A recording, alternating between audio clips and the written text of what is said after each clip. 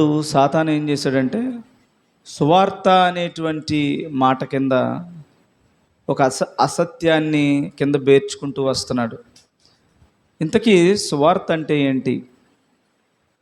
సువార్త శుభవార్తగా వారికి ఎలా దేవుడు అనుగ్రహించాడు బైబిల్ గ్రంథంలో? సువార్త అనేటువంటి విషయాన్ని మనం చాలా జాగ్రత్తగా విని ఈ సువార్తలోనే మనం మన జీవితాలను కట్టుకోవాలి.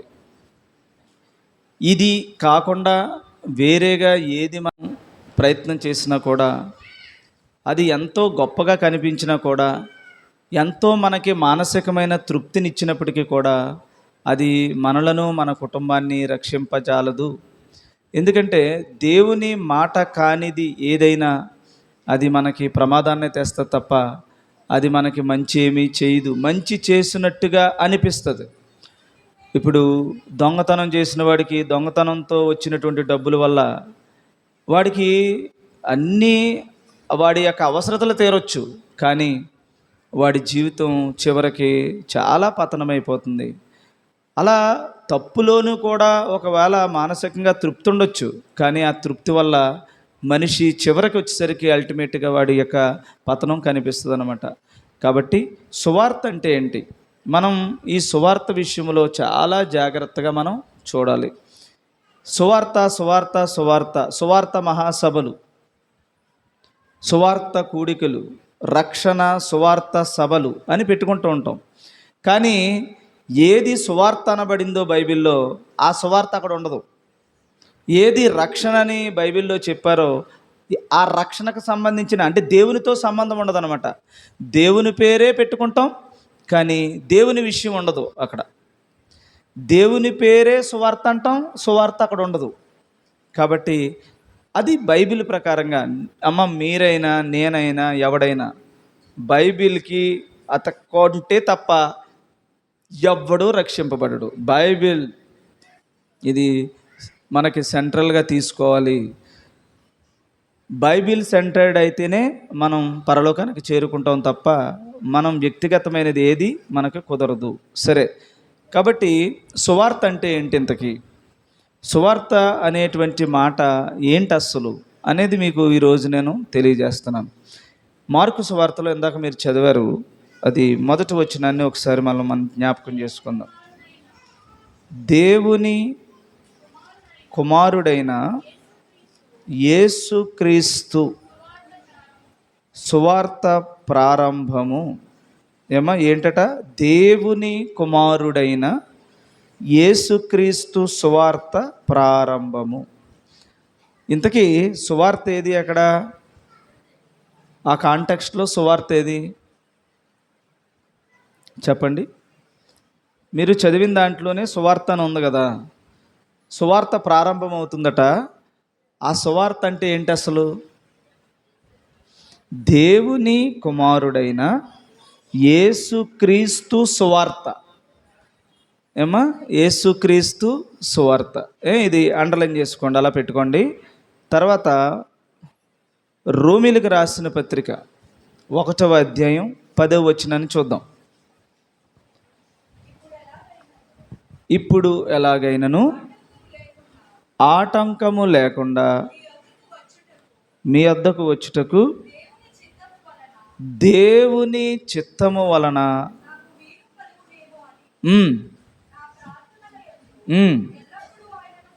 బ్రతిమలాడుకొనుచున్నాను, ఎడతెగక జ్ఞాపకం చేసుకొనుచున్నాను. ఇంతకీ ఇంత జ్ఞాపకం చేసుకోవడానికి, ఆటంకపరచబడినటువంటి ప్లేసుల్లోకి మళ్ళీ రావాలనుకోవడానికి ఆయనకన్నా భారం ఏంటి అంటే, కంటిన్యూ చేయమ్మా. ఎందుకు ఆయన ఆయన ఆయన అనే మాట ఎవరు అక్కడ? అది చాలా ఇంపార్టెంట్ అన్నమాట మీకు. ఆయన అంటే తండ్రి అయినటువంటి దేవుడు, ఆయన యొక్క కుమారుడైన ఎవరి విషయమై? కుమారుని విషయమైన సువార్త. ఎవరు కుమారుని? దేవుని యొక్క కుమారుని విషయమైన సువార్త. ఏమా, ఇది చాలా ఇంపార్టెంట్. ఇందాక మీరు చదివారు మార్కు సువార్తలో, అక్కడేమని చదివారు?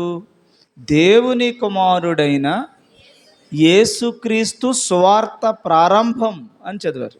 ఇక్కడేమంటున్నాడు పౌలు గారు? అది అందించటానికి దేవుని కుమారుడైన యేసుక్రీస్తు విషయమైన సువార్త. ఏమా, ఏ విషయం? ఇంతకీ సువార్త ఏది? సువార్త ఏది? మీకు అడ్రస్ దొరికిందా? సువార్త ఏంటో చెప్పండి. యేసుక్రీస్తు విషయమైన, యేసుక్రీస్తు విషయమై ఉండాలి అది. దానిని సువార్త అంటారు. ఇంతకీ ఏది విషయం?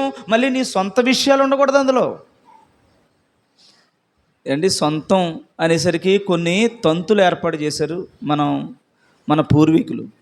కొన్ని తంతులు అంటే వాళ్ళు మనుషుల యొక్క ఆలోచన విధానంతో కొన్ని పద్ధతులు ఏర్పాటు చేశారు. పద్ధతులు ఎలాగ ఏర్పాటు చేశారంటే, మనిషి ఆలోచన ఎక్కడికి వెళ్ళిపోకుండా ఎదుట ఒక దేవుణ్ణి సిద్ధపాటు చేశారు. సిద్ధపాటు చేస్తే అప్పుడు దేవుడు ఎదురుగా లేకపోతే మనసు మరి లగ్నం చేయడం అనేటువంటిది వీలు పడదు. కాబట్టి ఒక ఆకారాన్ని వారు క్రియేట్ చేశారనమాట. అప్పుడు అటు ఇటు పోకుండా మనస్సు అక్కడే నిలబడుతుంది. ఇప్పుడు కూడా చూడండి, మనం కూడా ఎవరినో అంటున్నాం కానీ మనం కూడా అదే పని చేస్తున్నాం. ఫర్ ఎగ్జాంపుల్, ఎదురుగా సిలువ ఉంది. యేసు ప్రభువుని సిలువ వేసినప్పుడు, యేసు ప్రభువుని శిక్షించినప్పుడు కేవలం సిలువేనా? ఇంకేమన్నా ఉన్నాయి వస్తువులు? సుత్తి ఉంది, మేకులు ఉన్నాయి, ముళ్ళ కిరీటం ఉంది, కొరడాలు ఉన్నాయి. ఏమ్మా, భయంకరమైనటువంటి ఆ బల్యం ఉంది పొడిచినటువంటిది. ఇవన్నీ యేసు ప్రభు మరణించటానికి, శిక్షించటానికి, సిలువ మరణానికి ఉపయోగించినయేనా? అప్పుడు సిలువను ఒకటే మనం ఎందుకు తీసుకున్నామంటే, ఆ సిలువను తీసుకుని అందులో మనం యేసు ప్రభు యొక్క రక్షణను మనం గుర్తు చేసుకుంటూ ఉన్నాం. ఇప్పుడు గుర్తు చేసుకుంటున్నప్పుడు మనం ఎప్పుడైనా ప్రార్థన చేసినప్పుడు, ఇంకొకటి చేసినప్పుడు సిలువ వైపు తిరుగుతాం, లేకపోతే మన ఇంట్లో ఉన్న ఏదన్నా వాక్యం ఉంటే వాక్యం వైపు తిరుగుతాం, లేకపోతే బైబిల్ ఉంటే బైబిల్ వైపు తిరుగుతాం ప్రార్థన చేసుకోవడానికి. అంతేనా? ఏమీ లేని శూన్యంలోకి చూడగలుగుతారా?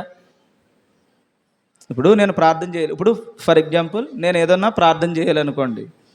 ప్రార్థన చేయాలంటే నేను ఎటు తిరుగుతాను? జనరల్గా చర్చిల్లో జనరల్గా ఎలా తిరుగుతారు? ఏదైతే బలిపీఠం ఉంటుందో ఈ ప్లేస్కి ఎలా తిరిగి ప్రార్థన చేస్తారు. అలా ప్రార్థన చేయడంలో నువ్వేంటి, నీ ఉద్దేశం ఏంటి అంటే, అటువైపు దేవుడు ఉన్నాడన్న భావం నీలో కలుగుతూ ఉంటుంది. కానీ నిజానికి ఆయన ఎవరు? సర్వాధికారి, సర్వాంతర్యామి. భూమి కిందకి వెళితే అక్కడ ఉన్నాడట, ఆకాశం మీదకి వెళితే అక్కడ ఉన్నాడట, అక్కడికి వెళ్తే ఇక్కడ ఉన్నాడంటే ఎక్కడైనా ఆయన ఉన్నాడట. అప్పుడు నువ్వు ఇలాగ ప్రార్థన చేస్తే ఏమైంది? ఇలా ప్రార్థన చేస్తే ఏమైంది? ఎక్కడి నుంచి ప్రార్థన చేస్తే ఏమైంది? కానీ మన మనస్సు ఏమనిపిస్తుంది అంటే, ఇక్కడికి వచ్చి ఇలా చేస్తేనే కానీ తృప్తి ఉండదు. మన ఇళ్ళల్లో కూడా మనకు ఒక క్యాలెండర్ ఉంటుంది. క్యాలెండర్ దగ్గర వాక్యాలు ఉంటాయి. ఎందుకు అక్కడికి వెళ్ళిపోతూ ఉంటాం, అలా నుంచుని అక్కడ అలా చదువుకుని అలా ప్రార్థన చేసుకుంటూ ఉంటాం. ఇది తప్పని నేను అన్న కానీ, దేవుని ఒక ప్లేస్కి నువ్వు తెలియకుండానే నీ దేవుణ్ణి ఒక ప్లేస్కి నువ్వేం చేస్తున్నావంటే ఆ బౌండరీ గీసేసుకుంటున్నావు. కానీ ఎక్కడైనా సరే గాలి ప్రవేశించని ప్లేసుల్లో కూడా, ఇప్పుడు మన భూమి మీద ఆక్సిజన్ ఉంది, గాలి ఉంది, కొన్ని ఏరియాల్లో లేదు కదా, అలాంటి చోట కూడా దేవుడు ఉన్నాడు. కాబట్టి దేవుడిని మనం ఎక్కడ కూర్చున్నా, ఏ ప్లేస్లో ఉన్నా, ఎలాంటి స్థితి ఉన్నా, ఎటువైపుకి తిరిగినా, తూర్పుకి తిరగక్కర్లేదు, మనం ఏమీ ఒక పర్టికులర్ ప్లేస్కి తిరగక్కనలేదు. ఎక్కడున్నా దేవా అని పిలిస్తే పలికే దేవుడు మన దేవుడు. సో ఇవన్నీ మారాలి. ఇవన్నీ మారిపోతే నువ్వు ఎదగలేని వాడిగా ఉంటావు. నీ మనస్సు సంకుచితంగా ఉంటుంది, చిన్నగా అయిపోతావు అన్నమాట. దేవుని దృష్టిలో చాలా చిన్నోడు అయిపోతావు.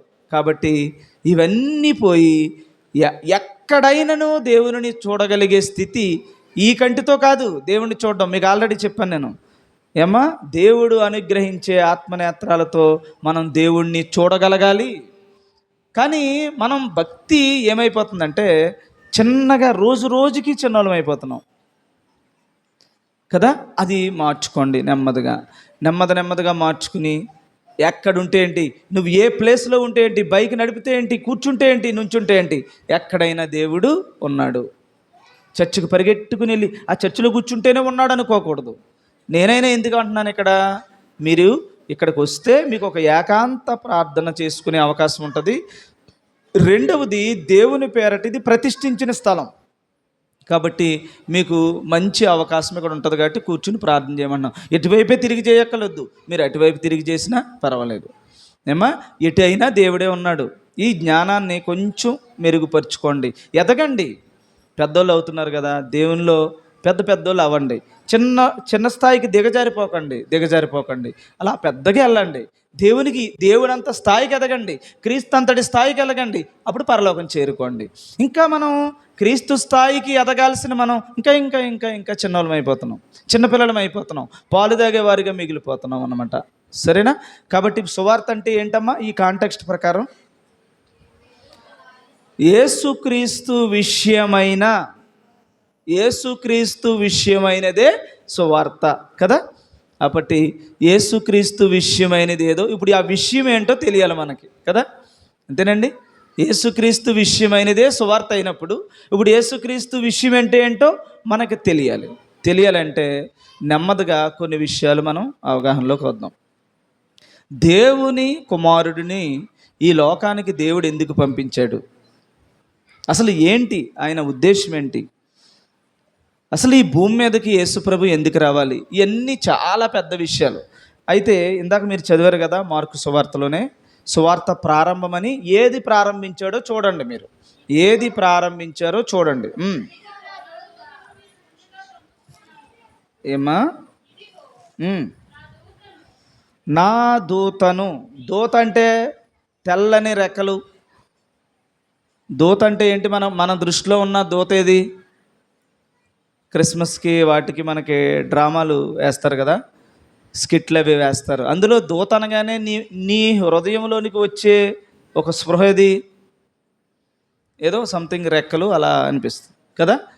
ఇక్కడ చూడండి, దూత అనే మాట ఎవరికి సంబోధిస్తున్నాడు అనేది కూడా మీరు తెలుసుకోవాలి. చదవమ్మా.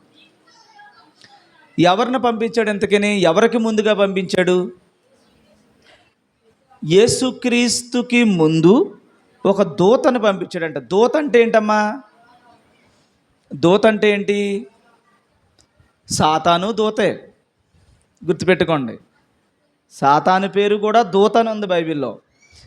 అలాగే ఇక్కడ ఒక్కొక్క కారణం చేత ఒక్కొక్కరు దేవదూతలు వచ్చి వారికి ఆ సహాయం చేసేటువంటి వారిని కూడా దూతలు అంటాం. చివరికి యేసు ప్రభు పేరు కూడా దూత అని ఉంది బైబిల్లో. ఆ తర్వాత ప్రవక్తలు కూడా దూతలుగా మారారు. ఇక్కడికి వచ్చేసరికి దూత అంటే ఎవరిక్కడ? యోహాను గారు అనమాట. యోహాను గారు ఎందుకు వచ్చారు? ఆయన పనేంటి? దూతగా వచ్చి చేసిన పనేంటి? యేసు ప్రభువుని ఈయనే దేవుడైన తండ్రి అయినటువంటి దేవుడు యెహోవా పంపించిన ఆయన ప్రియ కుమారుడని ఈ లోకానికి పరిచయం చేయడానికి మాత్రమే వచ్చాడు. ఎవరు? దూత అంటే ఏంటి? ఇప్పుడు తండ్రి అయినటువంటి దేవుడు ఇచ్చిన సమాచారాన్ని ఈ ప్రపంచానికి తెలియజేయడానికి వచ్చాడు గనుక మనుషులకి దేవునికి మధ్య ఒక అనుబంధాన్ని లేక వారధిని ఏర్పాటు చేసిన వాడు గనుక అతని పేరేంటట? దూత. దూత. ఇప్పుడు ఆ దూత ఏం చెప్పాడు అంటే, ఇప్పుడు యేసు ప్రభు గురించి ఆయన చెప్తే తెలవాల్సిన పని ఏముంది? యేసు ప్రభు గురించి ఆయన ఎందుకు చెప్పాలి అంటే, అప్పటి వరకు లేఖనాలలో ఉండేటువంటి విషయం ఏంటంటే, తన కుమారుడైన యేసు ప్రభు ఈ లోకానికి వస్తాడని, నశించిపోయిన దానిని వెదకి రక్షించి అనేకమైనటువంటి పాపముల నుండి వారికి విముక్తి కలుగజేసి ఆయన మరణము ద్వారా, ఆయన రక్తము ద్వారా ఈ ప్రపంచానికి విముక్తిని కలుగజేసేవాడు అబ్రహాము, దావీదు వంశములో నుండి వస్తాడన్న విషయం ముందుగానే లేఖనాల్లో చెప్పారు. మరి చెప్తే ఇప్పుడు ఆయన గురించి ఎవరు సాక్ష్యం పలుకుతారు వచ్చి అంటే, ఇప్పుడు యోహానుని పంపించాడు ముందు, ఆయనే యేసు ప్రభు అని చూపించొచ్చాయి అని. అప్పుడు యోహాను వచ్చి అలా తిరుగుతున్నాడట. తిరుగుతూ కనపడిన వాళ్ళందరికీ విషయం చెప్పి ఏమని చెప్తున్నాడు?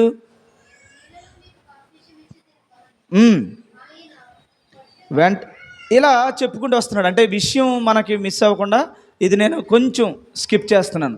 ఇక్కడికి వచ్చేసరికి యోహాను గారు ఏం చేశారంటే అందరికీ బాప్తిస్మం ఇవ్వడం, మారు మనస్సు విషయమైన బాప్తిస్మం వారికి ఇవ్వడం, ముంచడం చూడడం. ఇప్పుడు ఈయనకి ఎలా తెలుసు యేసు ప్రభు ఈయనేనని, దేవుని కుమారుడని, ఈయనే అని ఎలా తెలుసు ఆయనకి? అప్పటికే ఊరిలో చెప్పుకుంటున్నారు. ఏమని? అదిగో అక్కడ నక్షత్రం పుట్టిందని, పలానా ఏరియాలో యేసు ప్రభు పుట్టాడని, బెత్లెహేములో ఉన్నాడని, తూర్పు దేశపు జ్ఞానులు వచ్చారని, ఇది కథలుగా చెప్పుకుంటున్నారు ఊరంతానే. ఇలాంటి పరిస్థితులన్నీ జరుగుతూ ఉన్నాయి.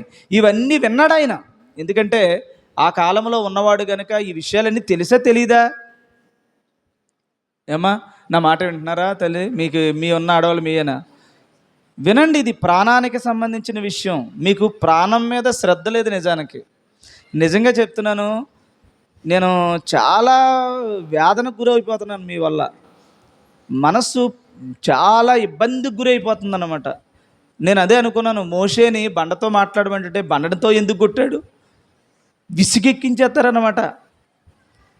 అంత ఆయన పేరే సాత్వికమైన వాడు, నా ఇల్లు అంతటిలో నమ్మకమైన వాడు, అంత మృదు స్వభావిగా ఉన్న అతనికే కర్ర తీసుకుని బండను కొట్టాడంటే, అక్కడ కొండ మీద నుంచి వచ్చి వీళ్ళని చూసి రౌద్రుడు అయిపోయాడంటే వీళ్ళు చేసే పనులు అలాగే ఉంటాయన్నమాట.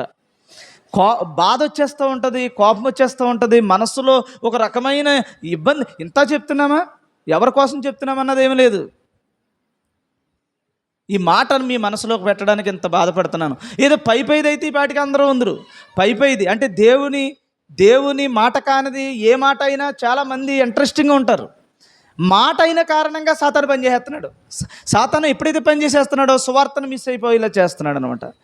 కాబట్టి యోహాను ఈ లోకానికి వచ్చినప్పుడు యోహానికి కూడా యేసు ప్రభు ఆయనేనని తెలుసా తెలీదా? లోకంలో తెలుసు. ఎందుకు తెలుసు? అదిగా ఆయన అక్కడ పుట్టాడని, మరియకు పుట్టాడని, యేసేపు అని ఆయన పేరు ఇలాగ పెట్టారని, ఇవన్నీ తెలుసా? లోకంలో అనుకున్న మాటలన్నీ తెలియండి ఆయనకి, అన్నీ తెలుసు. కానీ అలా నమ్మడు ఆయన, మనకలాగా నమ్మడు. మనమంటే మనిషి చెప్పే మాటలు నమ్ముతాం, మనిషి చెప్పేటువంటి మాటల కుయుక్తులకి మనం పడిపోతాం. కానీ ఆయన అలాంటి వాడు కాదు. నాకు రుజువు కావాలి అంటే అప్పుడు దేవుడు ఒక రుజువు ఇచ్చాడు. రుజువు ఏంటంటే, నువ్వు బాప్తిసం ఇచ్చినప్పుడు ఆకాశం తెరబడి పావురు రూపంలో ఆయన మీదకి దిగి ఆకాశం నుండి ఒక శబ్దం వస్తుంది. ఆ శబ్దం ఏంటంటే, ఈయన నా ప్రియ కుమారుడు, ఈయన యందు నేను ఆనందించుచున్నానన్న మాట వస్తుంది. ఇది యోహానుకే వినబడుతుంది, అందరికైనా యోహానుకు మాత్రమే తెలుస్తుంది అన్నమాట. ఇప్పుడు మనం ఏదన్నా నమ్మాలంటే, ఏదన్నా విషయం మనం తెలియాలంటే ముందు ఏం చూడాలి?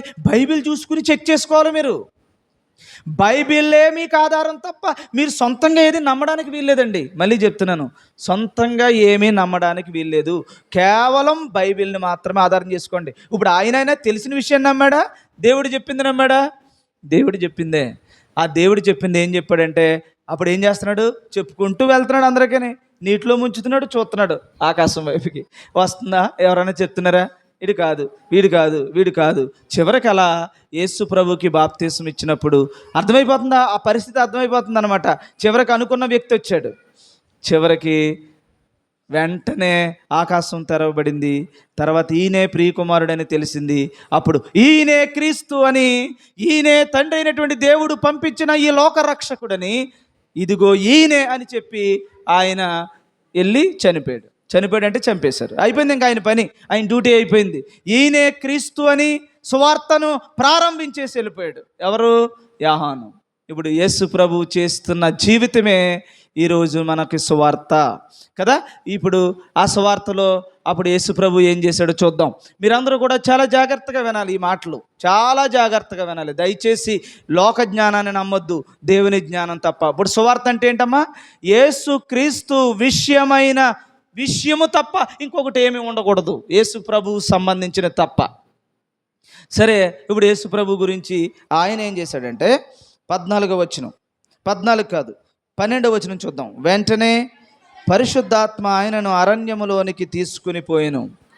అరణ్యములోకి ఎందుకు తీసుకెళ్లారు? చూడండి, ఎప్పుడైతే బాప్తిసం తీసుకున్నారో, ఎప్పుడైతే బాప్తిసం పొందారో ఆ క్షణమే మీరు ఎక్కడికి తీసుకెళ్ళబడతారమ్మా? అరణ్యములోకి. అరణ్యాల్లో ఏముంటాయండి ఏమ్మా? అరణ్యములు ఏముంటాయి? అరణ్యం అంటే ఏంటి? ఇంతకని అడవుల్లో ఏముంటాయి? సినిమాల్లో చెప్పండి. అరణ్యంలో ఏముంటాయి? శ్రద్ధగా నా మాటలు వినండి అమ్మా. మీకు శ్రద్ధగా నా మాటలు వినండి, మీరు బాగుపడతారు. ఇందులో ఒక్కటి కూడా పొల్లు ఉండదు, అన్నీ బైబిల్ విషయాలే. ఏమ్మా? ఇప్పుడు అడవిలో ఏముంటాయి అంటున్నాను. అరణ్యంలో ఏముంటాయి అంటున్నాను. అరణ్యములో పులులు, సింహాలు, ఎలుగుబంట్లు, ఇంకా ఏమేమి ఉంటాయో మనిషికి ప్రమాదకరమైనవి అన్నీ అందులోనే ఉంటాయి. ఇప్పుడు యేసు ప్రభువుని అర్జెంటుగా పరిశుద్ధాత్మ అక్కడికి లాక్కెళ్ళిపోవడానికి కారణం ఏంటి? లాక్కెళ్ళిపోయారా, ఆయన వెళ్ళారా? వెంటనే పరిశుద్ధాత్మ ఆయనను అరణ్యములోనికి త్రోసుకొని పోయెను. ఎందుకు వెళ్ళాలి అరణ్యములోకి చెప్తున్నాడు. ఆయన సాతాను చేత శోధింపబడుచు అరణ్యములో 40 దినములు అడవి మృగములతో కూడా నుండెను, మరియు దేవదూతలు ఆయనకు పరిచర్య చేయుచుండిరి. ఏమా? ఇంతకీ ఎందుకు వెళ్ళాడమ్మా అరణ్యంలోకి? పులులు, సింహాలు, ఖడ్గమృగాలు ఏ ఉన్నాయి కదా అక్కడ. ఉన్నాయా లేవా? ఉన్నాయి. మరి వాటితో ఏం చేయాలి? వాటిలో ఏం చేయాలమ్మా? త్రోసివేశాడు. ఆయనను సాతాను చేత శోధింపబడుచు అరణ్యములో కొన్ని రోజులు ఉన్నాడు. ఏమన్నా మాట వినండి దయచేసి. బాప్తిసం పొందగానే నీ జీవితంలోకి ఏమొస్తాయట? సాతాను నిన్ను శోధన చేస్తాడు. ఇది చూడండి, జాగ్రత్తగా వినాలన్నమాట. క్రీస్తు విషయమైన సువార్త వింటున్నారు మీరు. క్రీస్తు విషయమైన సువార్తలో ఫస్ట్ జరిగింది ఏంటమ్మా? ఫస్ట్ జరిగింది ఏంటి? ఫస్ట్ ఏం జరిగింది? బాప్తిస్మము. గుర్తుపెట్టుకోండి. ఏమ్మా? బాప్తిస్మమునకు ముందేం జరిగింది? బాప్తిస్మమునకు సంబంధించినంత సిద్ధపాటు కదా. యేసుప్రభు మరి అన్ని సంవత్సరాల తర్వాత కదా అక్కడికి వచ్చారు. బాలుడిగా ఎప్పుడు పుట్టాడు? ఇక్కడికి బాప్తిస్మంకి ఎప్పుడు వచ్చారు? అంటే ఈ లోపల ఆ బాప్తిస్మమునకు సంబంధించిన అర్హతను ఆయన సంపాదించి, అప్పుడు యాహాను టైం వచ్చి యాహాను ఈయనే క్రీస్తు అని వివరించిన తర్వాత అప్పుడు ఆయన బాప్తిస్మము పొందాడు. ఏమా? సువార్త ప్రారంభములో సిద్ధపాటు, రెండవది బాప్తిస్మము. గుర్తుపెట్టుకోండి, బాప్తిస్మం అయిపోగానే మన డ్యూటీ అది మళ్ళీ ఏది కక్కేసుకున్నామో మళ్ళీ అదే తినేస్తుంటాం. బాప్తిస్మలో ఏది విడిచిపెట్టేసామో, నూతన సృష్టిగా ఏది మనం ధరించామో అది ధరించిన దానిని విడిచిపెట్టేసి మళ్ళీ మన పాపపు జీవితంలోకి మరలా మనం వెళ్ళిపోతాం. కానీ యేసుప్రభు ఎక్కడికి వెళ్ళాడట? సాతాను చేత శోధింపబడుటకు. చాలా జాగ్రత్తగా సువార్త అంటే ఏంటో మీకు అర్థం అవ్వాలి ఈరోజు. సాతాను చేత శోధనలు అనేవి బాప్తిసం తీసుకున్న వాళ్ళకి వస్తాయి. ఏమా? శోధనలు వస్తాయి. శోధనలు వచ్చినప్పుడు జయించలేదా యేసుప్రభు? జయించాడు గనుకనే ఆయన ఒక కార్యాన్ని సిద్ధించటానికి ఆయన శరీరమును సిద్ధపాటు చేశాడు కదా. ఇప్పుడు అలా సిద్ధపాటు చేసి ఎందుకోసం ఆయన ప్రయత్నం చేయాలి? మళ్ళీ బాప్తిస్మము తీసుకుని శోధనలు వచ్చినప్పుడు శోధనలను జయించుకుంటూ ఒక పని చేయాలంట ఆయన. 14వ అధ్యాయం 14వ వచనం. యోహాను చెరపట్టబడిన తరువాత చెప్తున్నాడు, కాలము సంపూర్ణమై ఉన్నది, దేవుని రాజ్యము సమీపించి ఉన్నది, మారు మనసు పొంది సువార్త నమ్ముడని చెప్పుచు దేవుని సువార్త ప్రకటించుచున్నాడు. అక్కడ ఒక మాట రాయబడింది, దేవుని రాజ్యము. ఏంటమ్మా? దేవుని యొక్క రాజ్యము సమీపించి ఉన్నది. అంటే దేవుని రాజ్యము సమీపంగా ఉంది కాబట్టి మీరందరూ కూడా ఏం చేయాలి? దేవుని సువార్తను ప్రకటించుచు అలా గలిలీ ప్రాంతానికి వచ్చినట్టుగా మనకు అక్కడ తెలుస్తుంది. అంటే దేవుని రాజ్య నిర్మాణం కొరకు రాజ్యం వచ్చినప్పుడు రాజ్యములో నీవు నివసించుట కొరకు ఈ సువార్తను అనేది మనం గమనించాలి. ఇప్పుడు నేను మళ్ళీ చెప్తున్నాను, యేసు ప్రభు ఏం చేశాడమ్మా? సిద్ధపడ్డాడు, బాప్తిసం తీసుకున్నారు, శోధింపబడ్డారు, తర్వాత శిలువ మరణానికి వెళ్ళారు. ఈ శిలువ మరణంతో దేవుని యొక్క రాజ్యాన్ని కట్టారు కదా. ఆయన రాజ్య నిర్మాణం కొరకే కదా సమస్తమును. ఇది ఆయన సువార్తలో ఒక విషయంగా మనకి తెలుస్తుంది. ఇక వివరణలోనికి వెళితే కొన్ని విషయాలు మనం చూద్దాం.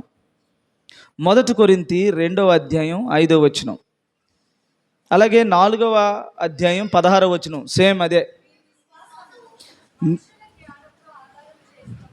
ఇప్పుడు ఏం చేయకూడదు? మన విశ్వాసము, ఇప్పుడు మన అందరం వచ్చాం, బాప్తిసం తీసుకున్న వాళ్ళు ఉన్నారు, యేసు ప్రభువుని నమ్మిన వాళ్ళు ఉన్నారు. నమ్మిన ప్రతి ఒక్కరు కూడా విశ్వాసులుగా ఉన్నారు. మీరు అందరూ అంటూ ఉంటారు, నేను విశ్వాసిని, నేను దేవునిని నమ్ముకున్నవాడిని, నేను విశ్వాసిని అంటారు. అమ్మా విశ్వాసులారా, మీ అందరికీ విశ్వాసం అనేది ఏది ఆధారం చేసుకుని మీరు ఉన్నారు అన్నది చెప్తున్నాడు అనమాట. విశ్వాసి, ఈ విశ్వాసి ఏది విశ్వసించాడు? క్రీస్తు విషయమైన సువార్తను విశ్వసించాడు. ఏముంది ఆ విశ్వాసంలో అంటే బాప్తిస్మం ఉంది, దేవుని రాజ్యం ఉంది, సాతాను శోధన ఉంది, ఏమ్మా చివరికి దేవుని రాజ్యములో శాశ్వతమైన జీవితం ఉంది, పునరుత్థానము ఉంది. కాబట్టి ఇప్పుడు దేవుని యొక్క సువార్తలో ఏమేమి ఉన్నాయో ఒకసారి మళ్ళీ చెప్పండి అమ్మా, మీకు అర్థం అవ్వాలని అన్నిసార్లు రిపీట్ చేస్తున్నా.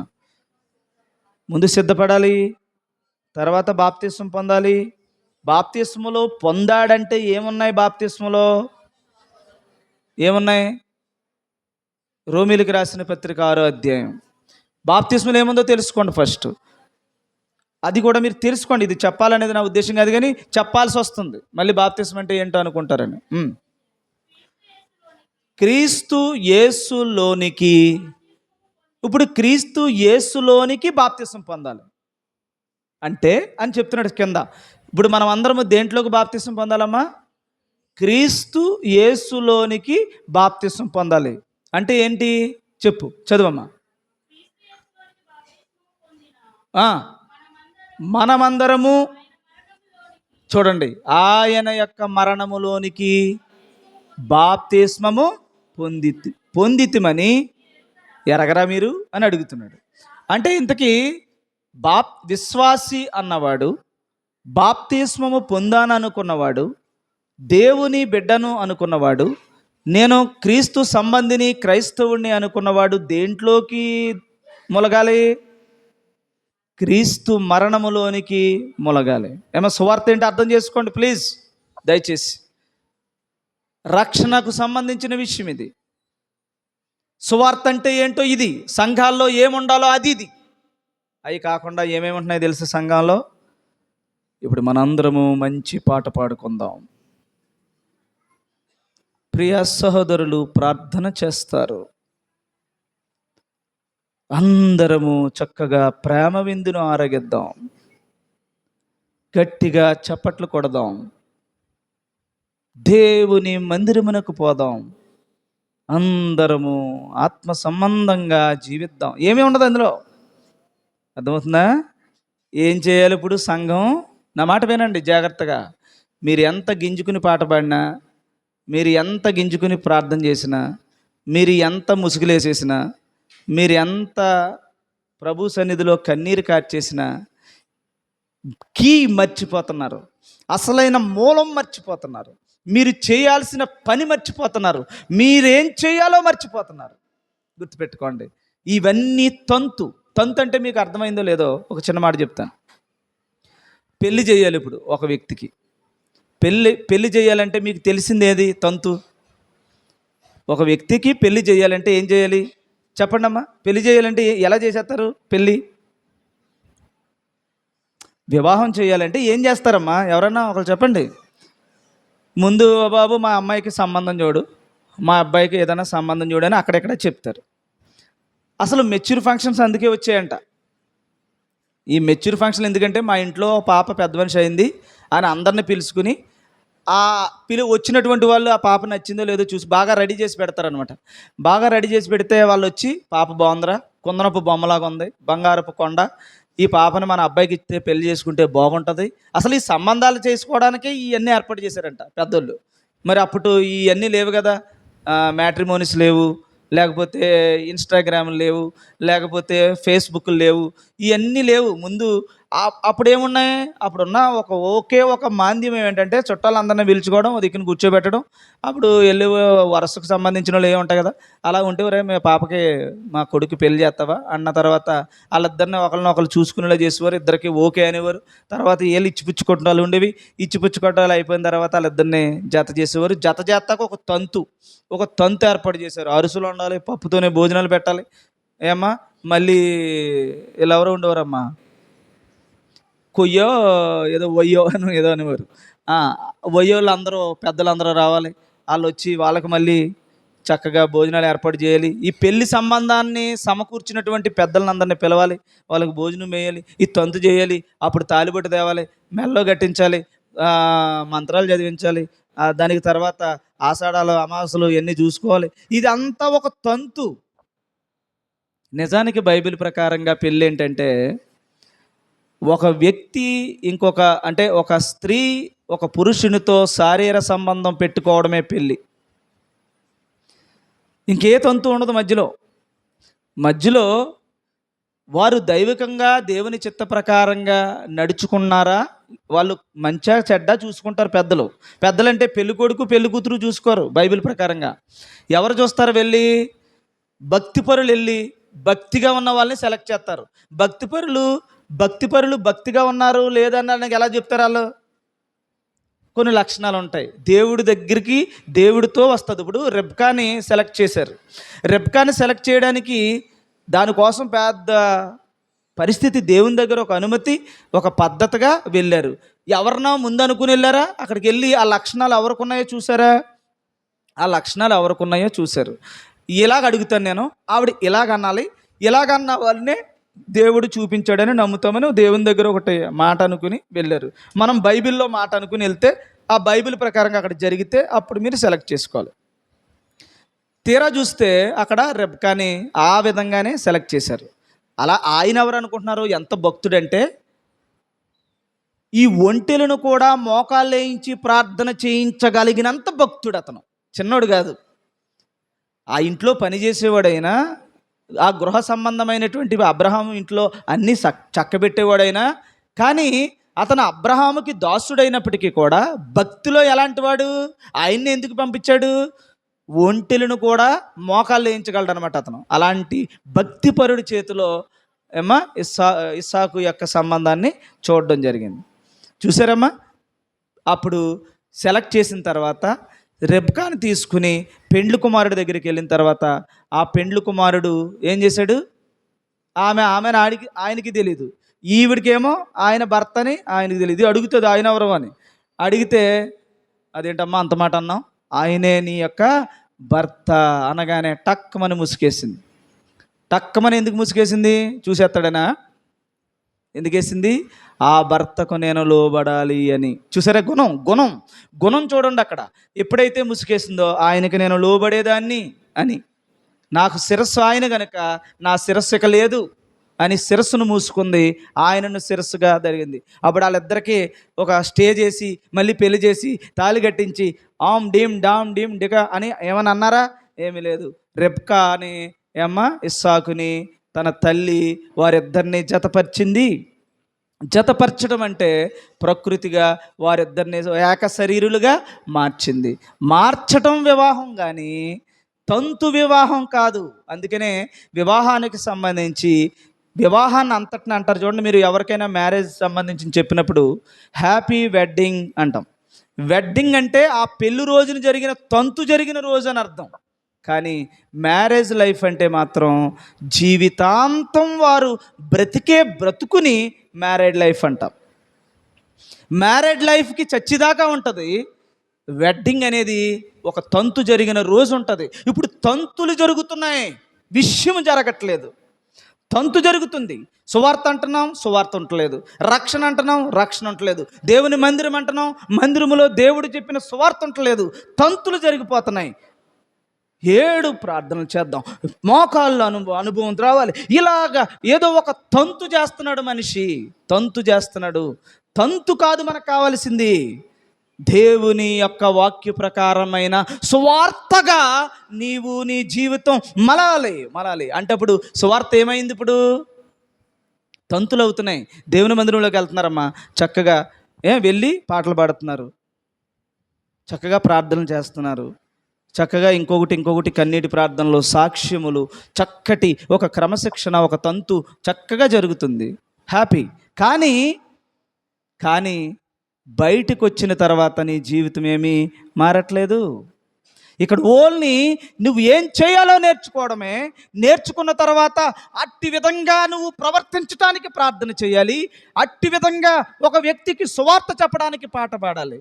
కొలస్సీ పత్రికలో చెప్పాడు కదా, నువ్వు పాట పాడినను, పద్యము చేసినను సమస్తమును దేవునిని మహిమపరచాలి. అన్నం తిన్నా మహిమపరచాలి, నీళ్ళు తాగినా మహిమపరచాలి, సమస్తమును దేవునిని మహిమపరచడానికే. ఇంకో చోట పాటలు పాడినా, పద్యాలు పాడినా, ఇంకోటి చేసినా ఒకటికి సువార్త చెప్పడానికేనట. ఏమ్మా, సువార్త చెప్పడానికే పాటలు పాడుతున్నారా మీరు అందరూ? ఏదో వచ్చాయి, మంచి స్వరం పాడుతున్నారు, కానీ మీ మైండ్ మారాలి. నిజంగా అలా పాడే వాళ్ళు ఉంటారు, నేను కాదంటలేదు, అందరినీ నేను అంటలా. నేర్చుకోండి, అంతే. నేర్చుకోండి. మీ స్వరం కోసం పాట పాడితే అది ఇక్కడే ఆగిపోద్ది. ఒకరిని రక్షించటానికి పాట పాడితే పరలోకానికి చేరుకుంటుంది. అందుకని దేవుడు అన్నాడు, మీ పాటలు పిచ్చి పాటలు అన్నాడు. కాబట్టి పిచ్చి పాటలు పాడొద్దు. పిచ్చి పాటలు అంటే పాడే పాటలో పిచ్చి లేదు, నీలో ఉంది పిచ్చి. ఏంటా పిచ్చి? ఏంటి పిచ్చి? ఇలాంటి మాటలు చెప్తే నా మాటలు ఏమంటారు మీరు? పాపంలాగా ఉండి పైన షుగర్ కోటింగ్ వేస్తే నిన్ను పొగిడితే చాలా బాగా నచ్చుతుంది. అందుకని అన్నాడు, సున్నం కొట్టిన సమాధులారా అన్నాడు. పైకి సున్నం కొట్టుతుంది, చక్కగా సమాధులు చాలా అందంగా ఉంటాయి. నాకు తెలిసి ఈస్టర్ రోజున మీరు చూడండి, రాజమండ్రి వెళ్ళండి, అసలు సమాధులను కూడా మంచి భలే ఫోటోలు తీస్తారు.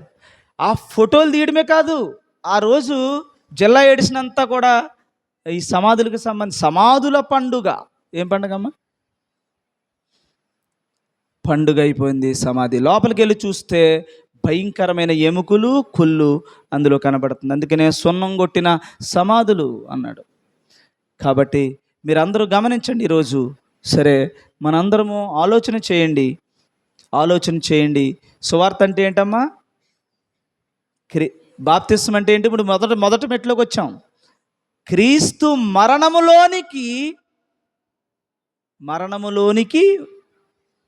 బాప్తిస్మం పొందారని మీరు ఎరుగరా? మీకు తెలియదా అంటున్నాడు. ఇప్పుడు ఇంతకీ మరణములోనికి బాప్తిస్మం ఏంటమ్మా? ఎప్పుడన్నా ఊహించారా? ఏముండాలి బాప్తిస్మానికి ముందు? సిద్ధపాటు. తర్వాత ఏం చేయాలి? నువ్వు ఇంక ఎందుకు ఎన్నుకున్నావు నీ జీవితాన్ని? క్రీస్తు మరణములోకి బాప్తిస్మం పొందాలని.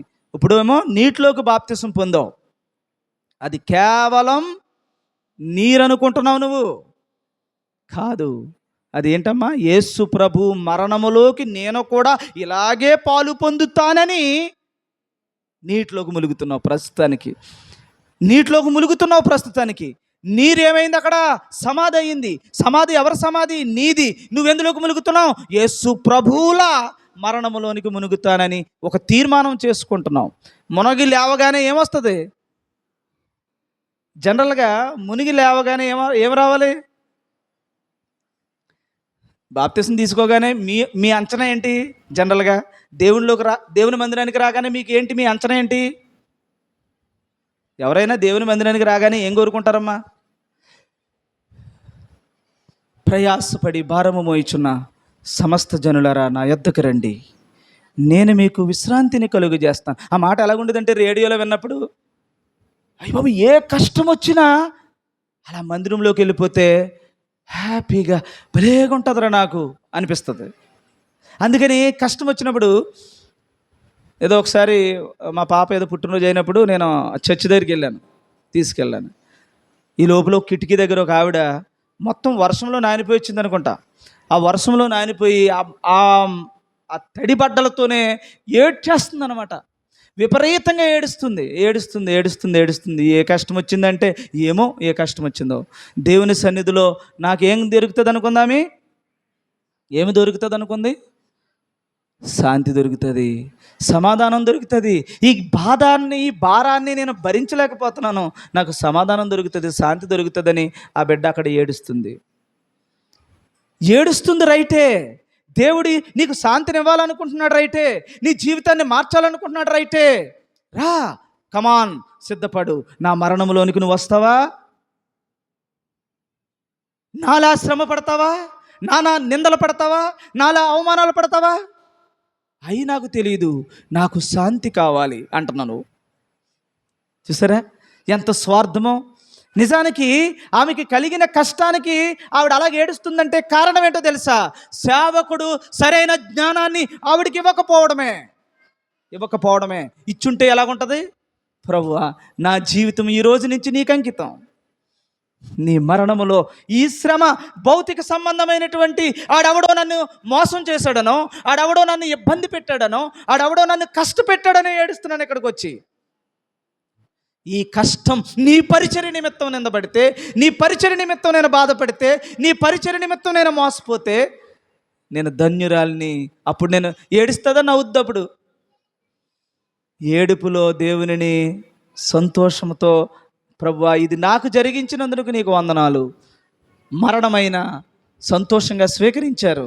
మరణమైన కష్టమైన సువార్త పరిచర్యలో ఇంతకుముందు నేను ఆటంకపరచబడ్డాను, అయినా ఆటంకపరిచిన ప్లేస్కే నేను రావాలనుకుంటున్నాను అంటున్నాడు పౌలు గారు. కాబట్టి క్రీస్తు విషయమైన నింద మహాభాగ్యమని ఎంచుకున్నారు భక్తులందరూ. కాబట్టి ఇప్పుడు మరణంలోనికేనమ్మా సువార్త అంటేనే. ఇక్కడికి వచ్చిన వాళ్ళు ఎంతమంది మరణాన్ని భరిస్తారు? ఎంతమంది శోధనలను భరిస్తారు?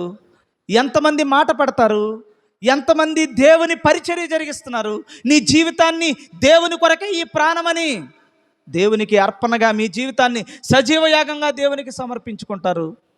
చిన్న మాట అన్నా, ఏమన్నా ఇబ్బంది వచ్చినా, నిందను అవమానాలను భరించలేకపోతున్నామే. మనం ఎప్పుడు క్రీస్తు మరణంలోనికి బాప్తిసం పొందుతాం. నీటిలోకి అయితే వందలాది మంది పొందేస్తున్నాం. క్రీస్తు మరణంలోనికి బాప్తిసం పొందేవాడు ఎవడు? ఇది సువార్త. మరణములోనికి బాప్తిసం పొందారని మీరు ఎరుగరా అన్న దగ్గర నుంచి చదవండి. ఆయనతో మనం ఐక్యత కలిగినటువంటి వారమై దేంట్లోకి రావాలి? ఇప్పుడు ఎప్పుడైతే ఆయన మరణములోనికి నువ్వు పాలివాడు అయిపోయావో, వెంటనే ఆయన పునరుత్థానములోనికి. ఏంటమ్మా? పునరుత్థాన సంబంధమైన సాదృశ్యం ఏది? బాప్తిస్మంలోనే ఉంది. అది చదవండి. ఎందులో? ఎలా? పునరుత్థానం జరిగిందా నీకు ఇంకానే? కానీ బాప్తిస్మందు నీటిలో మరణము జరిగింది.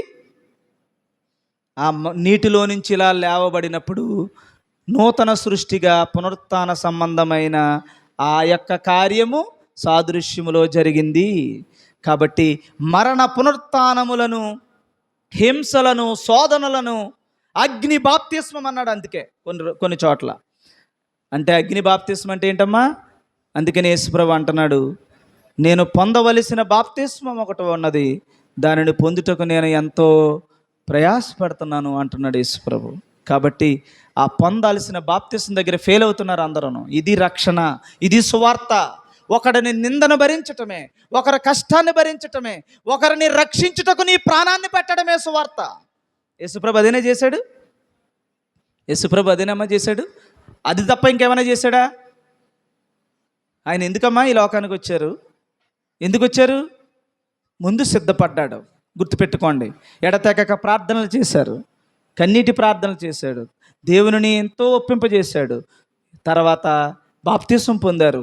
ఆయన మరణములోనికి, ఆయన పునరుత్థానములోనికి సాదృశ్యంగా తీసుకున్నారు. తర్వాత వచ్చి మరణ సంబంధమైన విషయాల వైపు వెళ్ళారు.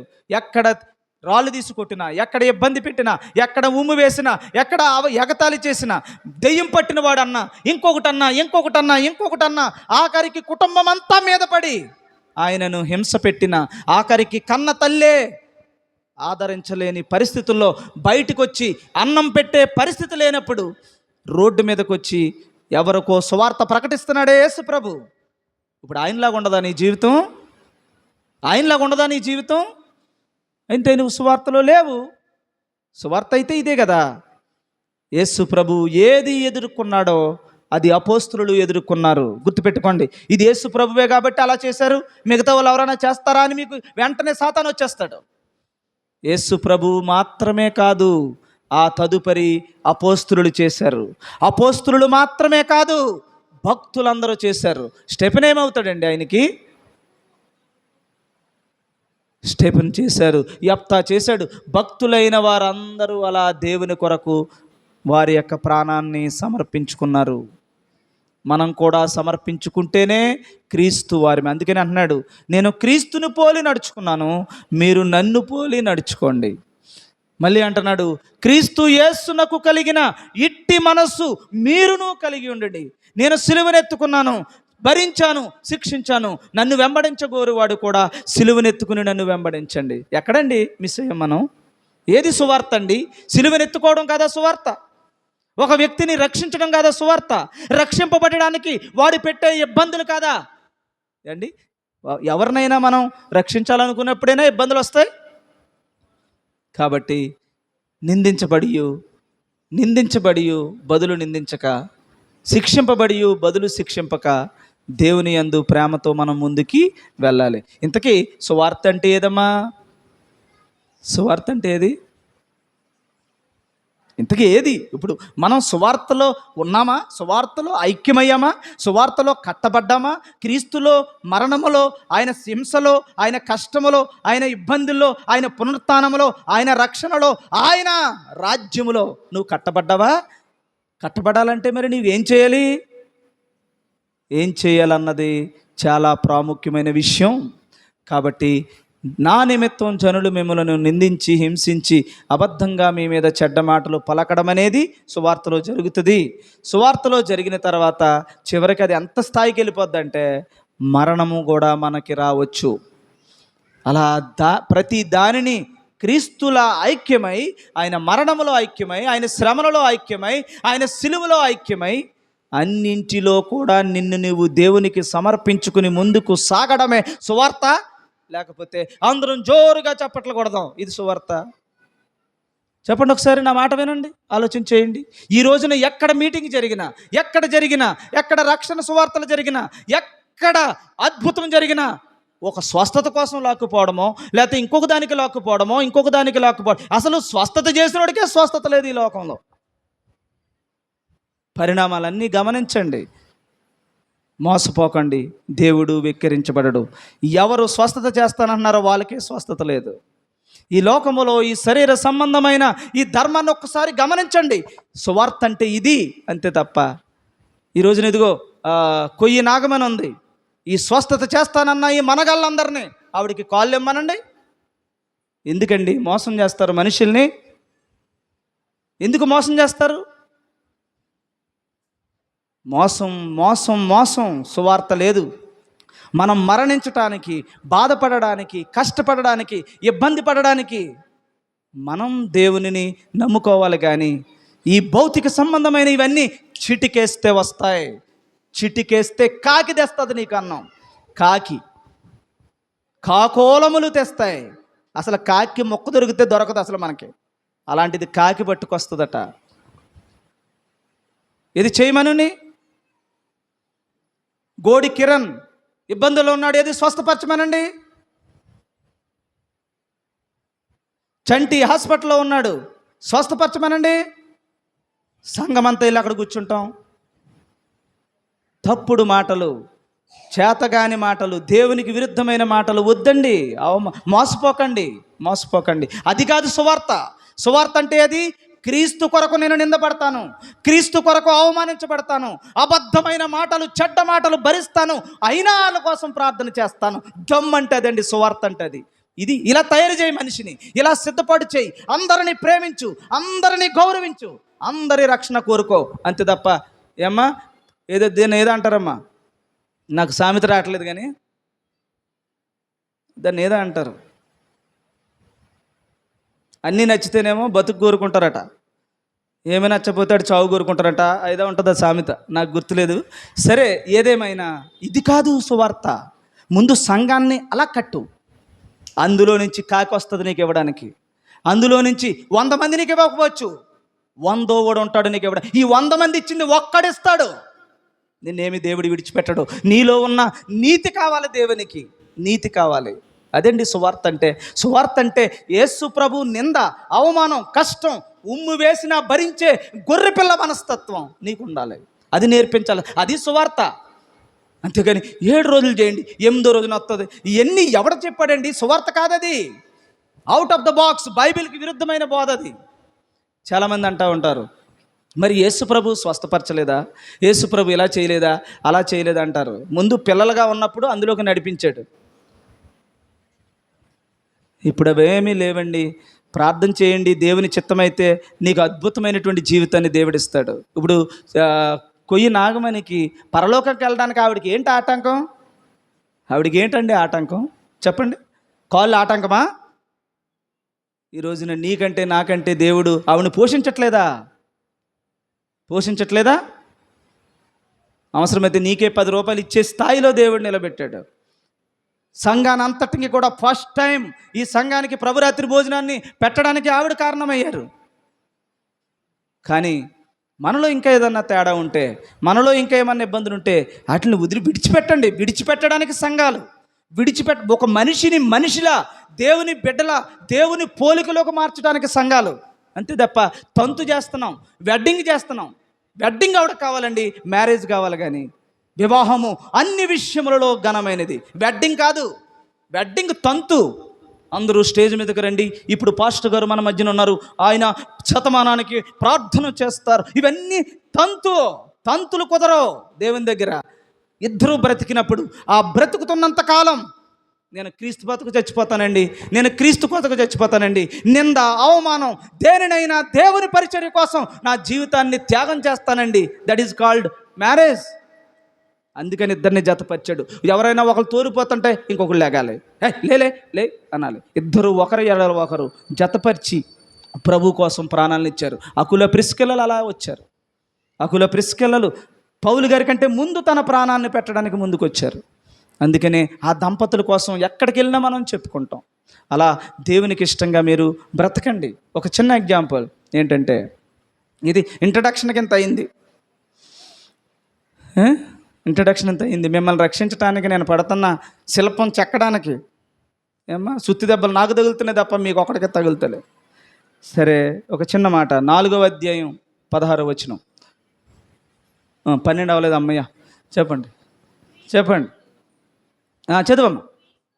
క్రీస్తు నందు మీకు ఉపదేశములు 10,000 మంది.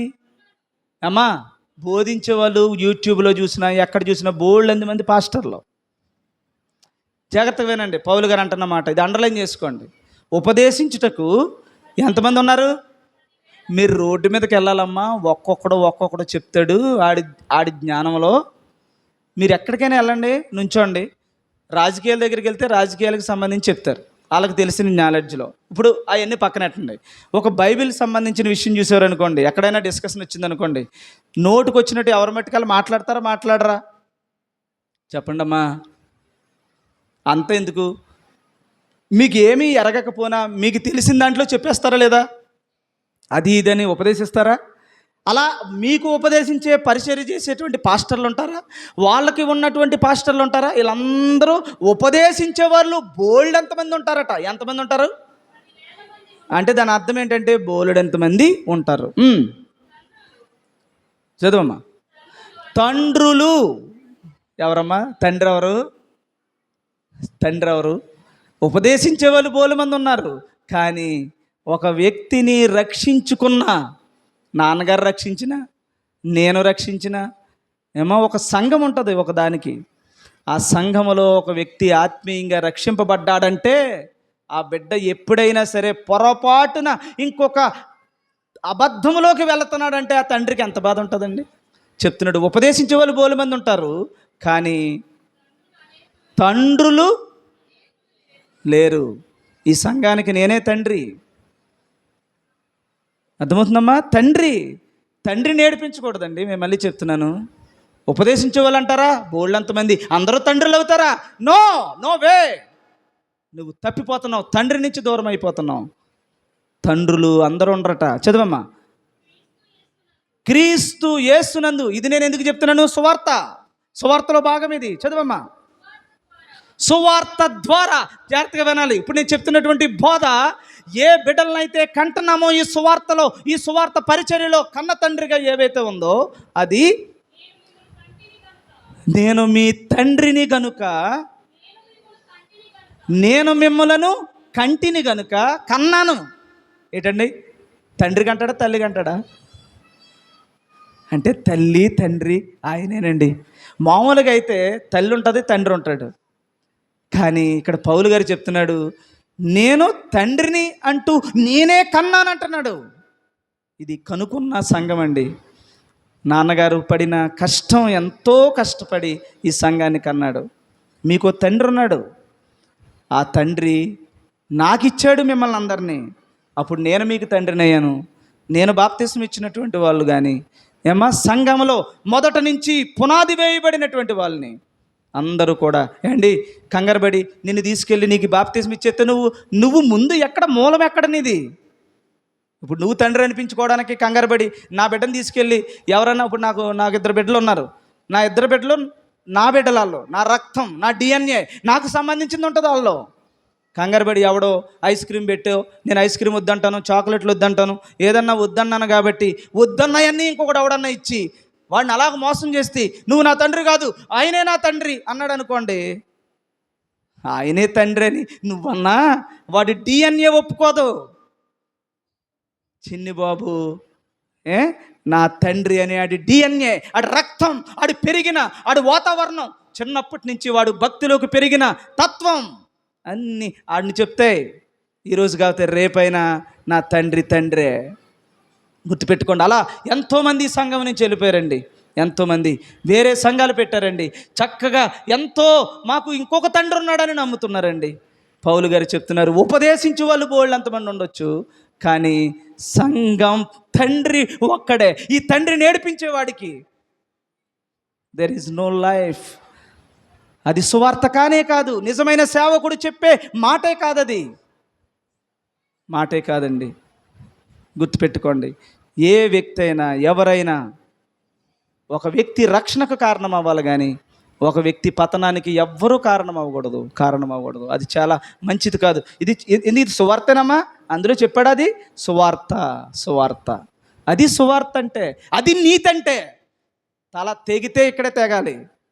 దేవుని కోసం సమర్పణతో బ్రతకాలి, నీ సంఘం కోసం బ్రతకాలి, నీ నాన్న కోసం బ్రతకాలి, మీ ఆత్మీయ తండ్రి కోసం బ్రతకాలి. ఆడు తిన్నాడో లేదో చూడాలి, ఆడు ఏడుస్తుంటే కళ్ళంట నీళ్ళు వస్తుంటే తొడాలి. అది సంఘం అంటే.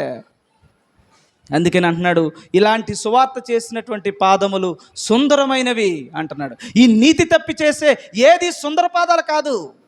గుర్తుపెట్టుకోండి, నీతి ఉంది ఎవరికైనా, తండ్రే.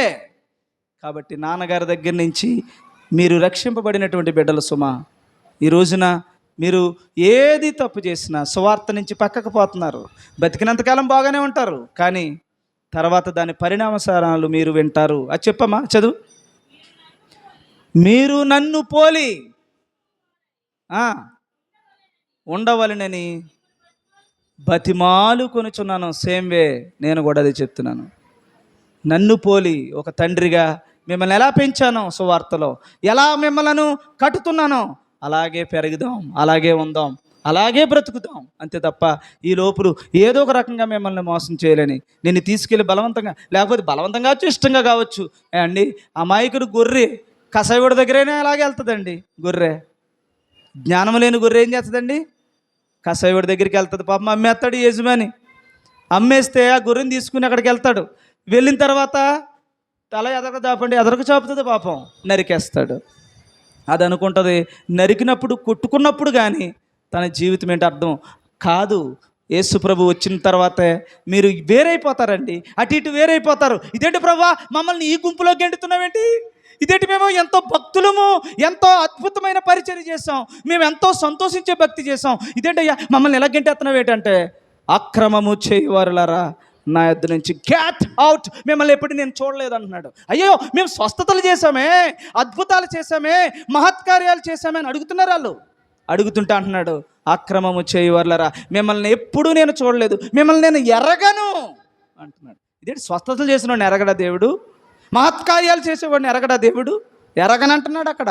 సువార్తలో ఉన్నవాడు ఎరుగుతాడు, సువార్త తప్పి దేవునికి విరుద్ధమైన బోధ చేసేవాడిని దేవుడు ఎరగడట. పైగా గెట్ అవుట్ అన్నాడు. అన్నాడా లేదండి? అన్నాడు. కాబట్టి జాగ్రత్త.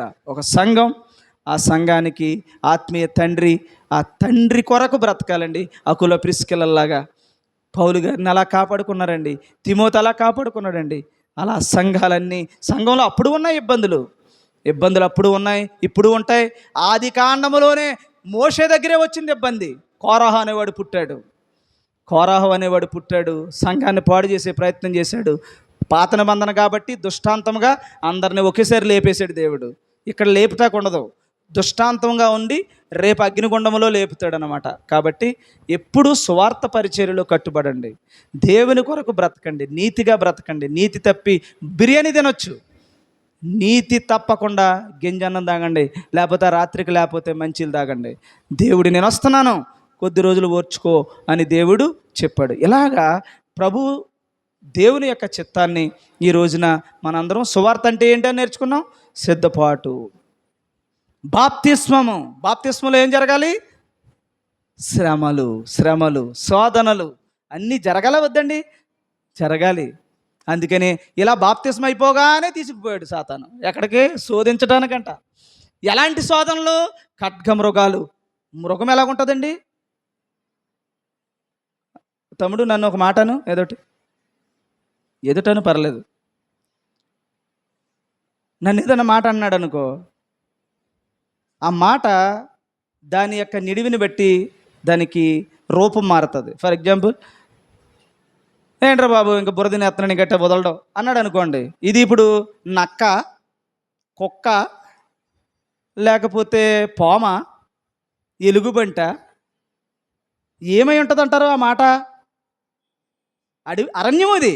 ఈ అరణ్యములో దేవుని నీతిని సువార్తను పాడు చేసే ఒక మాట, ఒక ఇబ్బంది, ఒక కష్టం ఒక్కొక్కడ నోటంటే ఒకడేమో పామే అవ్వచ్చు, ఒకడు నక్క అవ్వచ్చు, ఇంకొకటి. అరణ్యంలోకి వెళ్ళాలి మనం, శోధింపబడాలి. ఇప్పుడు ఎప్పుడైతే నన్ను ఏదన్నా ఒక మాట మాట్లాడితే ఇప్పుడు నా రియాక్షన్ ఏంటి? శోధన వచ్చింది, ఏదో అనకూడని మాట అన్నాడు. ఇదేంటో బాబు ఇన్నాళ్ళు తమ్ముడు అనుకున్నాను, ఏంటి నన్ను ఇలాగన్నాడేంటి అనే బాధ ఉంటుందా ఉండదా?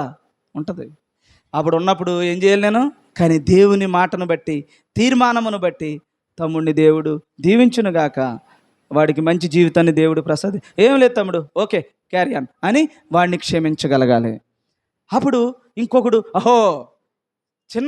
చిన్న దోమ మాట, చిన్న ఈగ మాట, చిన్న మాట, పెద్ద నొప్పి లేని మాట క్షమించేశావు. ఇప్పుడు చూడు ఎలుగుబంటి లాంటి మాట ఇస్తాను అంటాడు అనమాట. ఎలుగుబంటి లాంటి మాట ఎలాగుంటుంది? నువ్వు యెహోవా సాక్షివి అంటాడు. అనగానే ఇది ఎక్కడ గొడవరా బాబు అనగానే ఎంత ఉంటుందమ్మా బాధ? చాలా బాధ ఉంటుంది. ఇంకా బాధ భరించడం చాలా కష్టమవుతుంది. యేసు ప్రభువు విషయమైన సువార్తని ఇక్కడ చెప్తుంటే మళ్ళీ దాన్ని యెహోవా సాక్షి అన్నాడు అనుకోండి, ఇంకేమనాలి? అప్పుడు ఆ మాట చాలా కష్టమైపోద్ది. కొన్ని రోజులు అన్నం తినలేని పరిస్థితులు వస్తాయి, ఇబ్బందులు వస్తాయి. అయినను అన్నవాడిని మళ్ళీ దేవా వాడిని క్షమించు, చప్పట్లు కొట్టి దేవుని నామాన్ని మహిమపరచండి. తర్వాత ఇంకొక మాట, ఆఖరికి మొత్తం మా నాన్నగారి క్యారెక్టర్ని కూడా ఇబ్బంది పెట్టే మాట, ఆఖరికి చచ్చిపోయిన కనికరించలేని కఠినత్వం. చూసారా ఎంత దారుణంగా ఉంటుందంటే పరిస్థితి.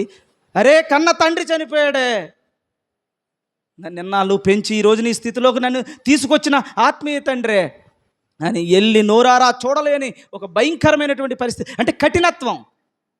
అప్పుడు అలాంటి వాళ్ళు ఎదురైనప్పుడు అప్పుడు మరి నేనేం చేయాలి? ఆయన పెట్టగానే వీడు రాలేదు, వీడు చేయలేదు, వీడు అనలేదు, ఇన్ని మాటలు నన్ను అంటున్నాడని ఎదురుగా వచ్చినప్పుడు ఏం చేయాలి? రియాక్షన్ ఎలాగ ఉండాలి? అరణ్యం కదా, అరణ్యంలో ఎదురవుతున్నప్పుడు ఏం చేయాలి? శోధనకి. అప్పుడు వాళ్ళని కూడా బాగున్నావమ్మా, అందరూ బాగున్నారా, నోటి నటన యథార్థమా? నటన అయితే నేను చచ్చిపోతా. నటన ఉండకూడదు, మనకి కపటం ఉండకూడదు. చెప్పే మాటలో ఎలా ఉండాలి? వివేకం ఉండాలి, పౌరులా ఉండాలి. అందుకని ఆ మాట ఎప్పుడు ఒక్క మనిషి పతనం అవ్వాలన్న మాట లేకుండా బాగుండాలన్న మాట. ఇప్పుడు అదేంటది? అదేమై ఉంటుంది? అది తోడేలై ఉండొచ్చు. ఆ తర్వాత నా ప్రాణాన్ని తీయాలని పొంచి ఉన్న తర్వాత సింహం రావచ్చు. అప్పుడు వచ్చినా కూడా ఈ ప్రాణాన్ని దేవునికే ఇవ్వాలి, కానీ నేనేనా మీరునా? ఎవరైనా అంతేనండి. అరణ్యంలోకి వెళ్ళాలి, శోధనలోకి. అరణ్యంలో అంటే అందుకనే నేను ఒక హెడ్డింగ్ పెట్టాలనిపిస్తుంది నాకు ఒక రోజు లెసను. అరణ్యములో మానవ మృగాలు అని పెడదాం అనుకున్నాను టైటిల్. మనుషులే కానీ మృగం. అందుకని అంటున్నాడు లోకంలో అది సర్పము, కాటు వేసే విషసర్పము. యువక కాలు జారే స్థలము ఉన్నావు, పాపపు పడగ నీడలో నీ అంతము ఘోర నరకము. అలా ఉంటుందన్నమాట. ఎప్పుడు దేంతో కొడదామా ఏదొచ్చినా యేసుప్రభు ఏం చేశాడు? చడుగుడాడాడు. చప్పట్లు కొట్టి దేవుని నామమున మహిమపరచండి. చడుగుడాడాడు, దేవుని చిత్తం ఏంటో నిరూపించాడు. యేసుప్రభు బయటకు వచ్చాడు, సాధించాడు. ఆయన సాధించాడు రా, మనం సాధిద్దామని ఎవరు అపోస్తలులు మేడగది దిగి వచ్చారు పరిశుద్ధాత్మతో. మేడగది దిగొచ్చి ఎక్కడైతే నిందించారో, ఎక్కడైతే చంపాలని ప్రయత్నం చేస్తే పారిపోయి మేడగదిలో దాక్కున్నారో దిగాడండి ఒక్కొక్కడు. మళ్ళీ కోదమ సింహాల్లా పరిశుద్ధమైన దేవుని బిడ్డలా దిగారు. ఎక్కడొద్దన్నారో మళ్ళీ అక్కడ మొదలెట్టారు వెళ్ళి. ఇంకా అబ్బాయి వీడు మాట అంటలేదురా, వీళ్ళు వినట్లేదురా అని జైల్లో పెట్టారు. కానీ జైల్లోని రాసేశారు ఉత్తరాలు. జైల్లో ఏం రాశారు? ఇప్పుడు చదువుతున్న పత్రికలన్నీ జైలు నుంచి వచ్చినాయే మ్యాక్సిమం. అలా పత్రికలు రాశారు. ఎక్కడ సువార్త ఆగలేదు. సువార్త ఈ రోజున మనం చదువుతున్న ఎక్కువ పర్సంటేజ్లో జైలు నుంచి, బాధల్లో నుంచి, కష్టాల్లో నుంచి, ఎడారుల్లో నుంచి, ఆఖరికి ప్రకటన గ్రంథం కూడా పద్మాసు ద్వీపములో నుండి శిక్ష విధింపబడిన యోహాను గారు దేవుని దర్శనం ద్వారా ప్రకటన గ్రంథాన్ని రాశారు. ఎవడైనా శోధనలో నుండి, శ్రమల్లో నుండి రాశాడండి బైబిల్ అంతానే. అంతటి గొప్ప దేవుడు. మనం శోధన పోగొట్టడం కోసం ప్రార్థన అంటున్నాం. శోధన పోగొట్టుకోవడానికి దేవుణ్ణి పూజిస్తున్నాం. మనం ఎలా తప్పిపోతున్నామో ఒకసారి ఆలోచించేయండి. చివరగా చిన్న ఎగ్జాంపుల్ ఏంటంటే మత్తయి సువార్త 26వ అధ్యాయంలో, మత్తయి సువార్త 26వ అధ్యాయం 12వ వచనం. ఇదొక్కటే చిన్నది చెప్పి ముగించేస్తాను. ఒక స్త్రీ వచ్చిందండి యేసు ప్రభు దగ్గరికి. స్త్రీ వచ్చి ఆమె చాలా విలువైనటువంటి అత్తర్ని తీసుకొచ్చింది. అత్తరు జటమాంసి. ఆ అత్తర్ని తీసుకొచ్చింది. It is very valuable. అక్కడ చెప్తున్నారు వాళ్ళు, అది ఎంతో, దాని వెల చెప్తున్నారమ్మా. వెల ఏంటో చూడండి. వెల దీనిని వాళ్ళు చెప్తున్నారు శిష్యులు, దీనిని గొప్ప వెలకు అమ్మి బీదలకు ఇయ్యవచ్చునే. అక్కడ ఇంకొకటి ఉంటుందమ్మా, ఎన్ని ధ్యానారములో ఉంటుంది అందులో లేదా? అయితే మత్తయి సువార్తలో లేకపోతే మార్కు సువార్తలోకి రండి. మత్తయి సువార్తలో లేకపోతే మార్కు సువార్త 14వ అధ్యాయం 9వ వచనం. 30 వెండి నాణెములకు. ఎన్ని నాణెలమ్మా? 30 వెండి నాణెములకు. అంటే చాలా మోస్ట్ వాల్యుబుల్ అనమాట ఆ రోజుల్లో అది. అలాంటి వాల్యుబుల్ థింగ్ ఏదైతే అత్తరు జటమాంసి తీసుకొచ్చి ఎవరి మీద వేసిందమ్మా? చెప్పండి, ఎవరి మీద వేసింది?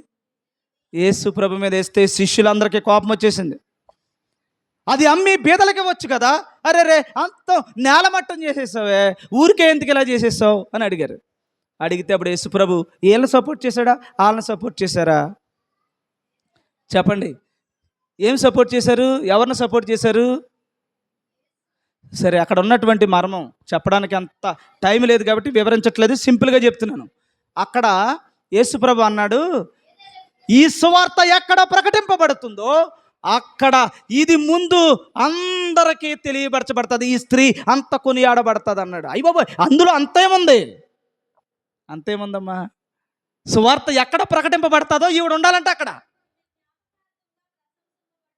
జ్ఞాపకార్థముగా ప్రశంసింపబడునని మీతో నిశ్చయముగా చెప్తున్నాను. ఎక్కడ?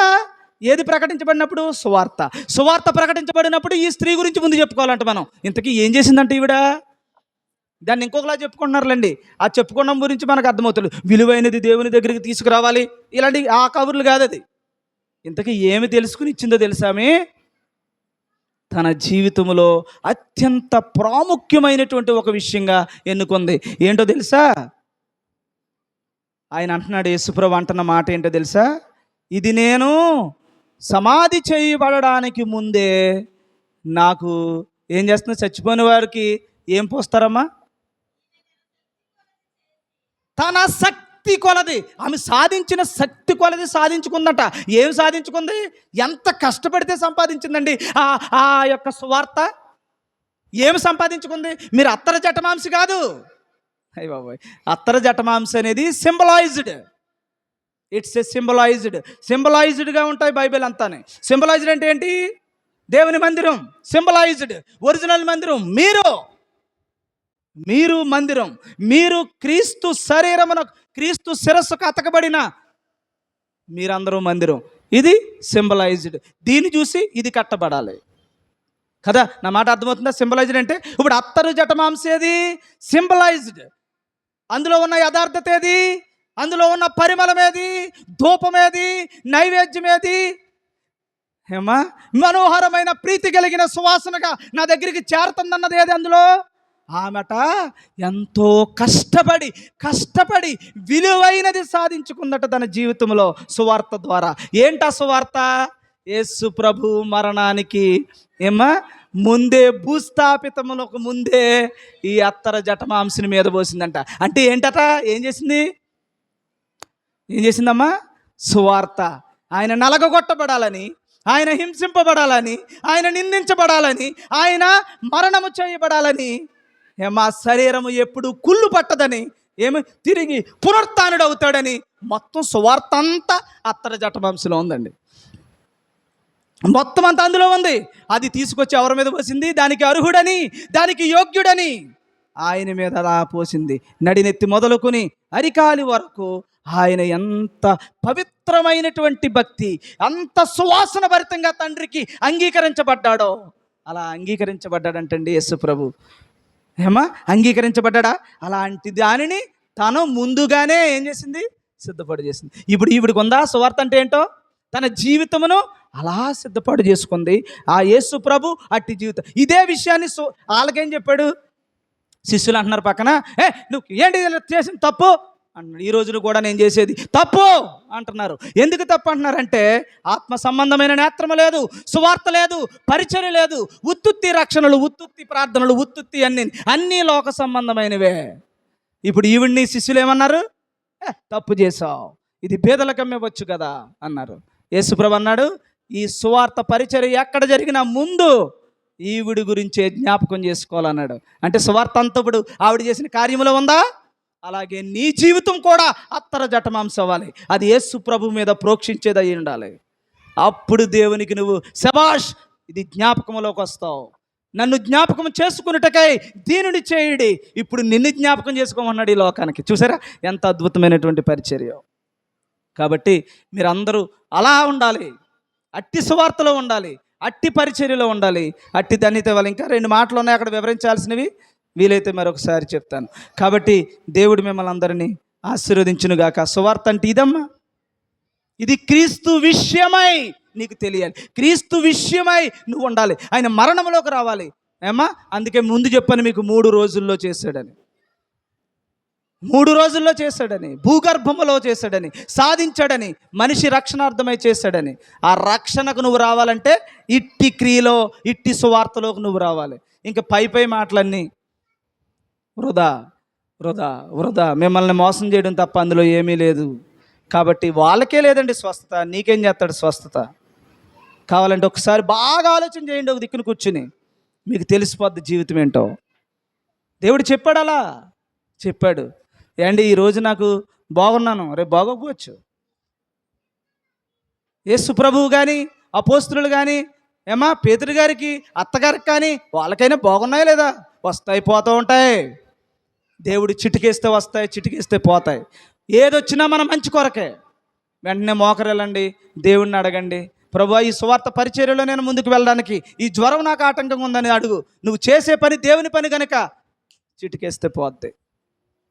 కాబట్టి ఎవరి చేతుల్లోనూ ఏదో ఉందనుకోకండి. వాళ్ళకే లేదు రక్షణ, వాళ్ళకే లేదు కాపుదల. దేవుని యొక్క ప్రశస్తమైన దేవుని యొక్క ఆశీర్వాదాలతో వర్ధిల్లాలంటే సువార్త పరిచర్యలోకి రండి. లేదండి నా దగ్గర ఏదో ఉంది, నన్ను ఎలా టచ్ చేస్తే చాలు అన్నీ అయిపోతాయి అన్నావా, ఇదిగో నాగమని ఇక్కడే ఉంది. నాగమని తీసుకెళ్ళండి, 2 కాళ్ళు ఇమ్మనండి. ఈ ప్రార్థన అయిపోగానే అక్కడ ప్రార్థనకి వెళ్ళిపోదాం. నేను మీ ముందుండి నేనే తీసుకెళ్తాను, కూర్చోబెట్టి తీసుకెళ్తాను. మా నాన్నగారు చనిపోయారు, ఇదిగో మన సమాధి తీసుకెళ్తాను, లేపమానండి మా నాన్నగారిని. మా నాన్నగారు ఇక్కడ కూర్చోవాలని ఉంది, నాకు కూర్చుని ఇక్కడ ఆయన దగ్గర ఆయన అలా కూర్చుంటే నాకు ఇక్కడ సువార్త చెప్పాలని ఉంది. ఒక్కోసారి ఎలా చూస్తే ఆయన లేరనేది నాకు బాధగానే ఉంది. ఏది నువ్వు దెయ్యములు వెళ్ళగొడతావు, సమాధిలో ఉన్నటువంటి వారిని లేపే శక్తి నీకుంటే దా మా నాన్నగారిని తీసుకురా, మా అమ్మగారిని తీసుకురా. మాయ మాటలు లోపల నాకు కనపడని కిడ్నీలు కొత్త అయ్యాయి, కార్లు కొన్నారు, ఇలాంటి నాకు సొల్లు కబుర్లు వద్దు, నాకు బైబిల్ ప్రకారంగా రా. కానీ చేయట్లేరు. దేవుడు చెప్పాడు, దేవుని చిత్త ప్రకారంగా అయితేనే అద్భుతం, దేవుని వాక్య ప్రకారంగా అయితేనే నీ జీవితం రక్షణ, మిగతా అన్నీ అబద్ధం. సరేనా? అబద్ధం అంటే నేను ఒక్కడే గొప్ప, మిగతా వాళ్ళందరూ తప్పు అంటున్నానని కాదు. రైట్ ఎవరు చేసినా రైటేనండి, రాంగ్ ఎవరు చేసినా రాంగే, నేను చేసినా రాంగే. సువార్త అంటే ఇది. ఈ సువార్త ఉందా? నువ్వు గుండెల మీద చెప్పగలవా? లేనిపోని అన్నీ కూడా నువ్వు రుద్దుతున్నావు, బైబిల్కి విరుద్ధమైనటువంటి వాటిని. పాట పాడొచ్చు, ప్రార్థన చేయొచ్చు, ఏమ్మా ఈ బైబిల్కి సంబంధించిన అన్నీ చేయొచ్చు. ఎలా చేయొచ్చు? పాట పాడితే ఒకరిని రక్షించటానికి, ప్రార్థన చేస్తే శోధనను జయించటానికి, ప్రార్థన చేస్తే శోధన నుండి బయటపడాలి. యేసు ప్రభు ప్రార్థన చేశారు, శోధన నుంచి జయించబడ్డారు. శిష్యులు ఏం చేశారు? ప్రార్థన మానారు, శోధనలో ఇరుక్కున్నారమ్మా.